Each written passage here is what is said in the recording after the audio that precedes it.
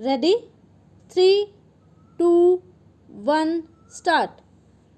The first petitioner is the father of petitioners number 2, 3 and 4. Stop.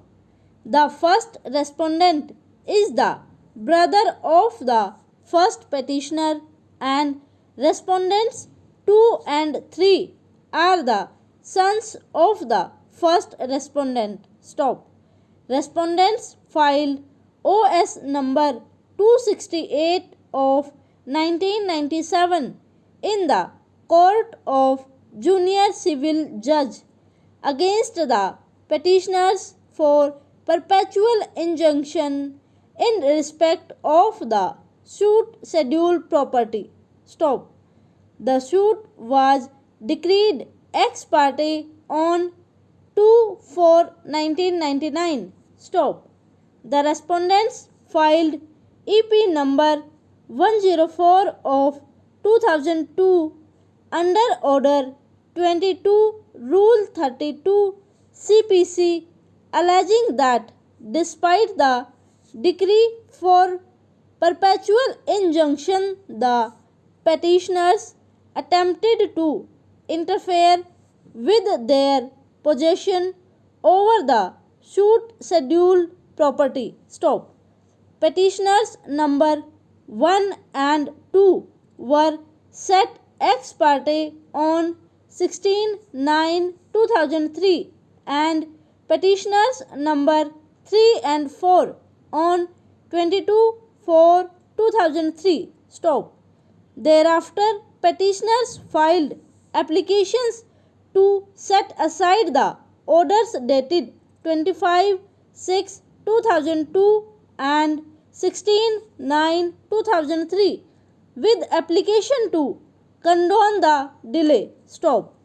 On 7/8/2006, the executing court dismissed the applications and issued warrant of arrest against the petitioners. Stop. The first petitioner was produced in the court on execution of an arrest warrant. Stop. Thereupon the court sentenced him to undergo civil imprisonment for a period of 1 month. Stop. These two revisions are filed assailing the orders dated 7/8/2006 and 18/9/2006 passed by the executing court. Stop. Para. Shri J. Prabhakar, learned counsel for the petitioners, submits that the executing court did not follow Rule 32 of Order 21 CPC in its true spirit. Stop. He contends that arrest was ordered without there being a finding to the effect that there was any willful and deliberate attempt on the part of the petitioners to flout the decree of perpetual injunction. Stop. He submits that the executing court did not require the respondents to discharge their burden to prove the ingredients of Rule 32 of Order 21 CPC. Stop. Shri M. Venkant Ram Reddy, learned counsel for the respondents, on the other hand, submits that even after receiving notices in the EP, the petitioners did not enter appearance and that the court was left with no alternative except to order their arrest and other relevant steps. Stop. The petitioners do not dispute that the decree for perpetual injunction passed against them has become final and is binding upon them. Stop.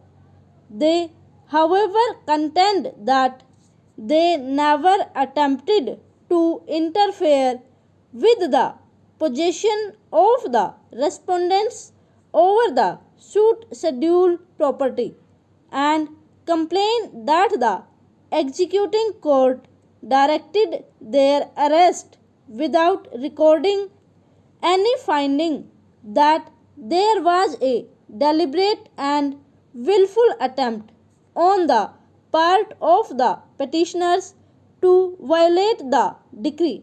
Stop. Over.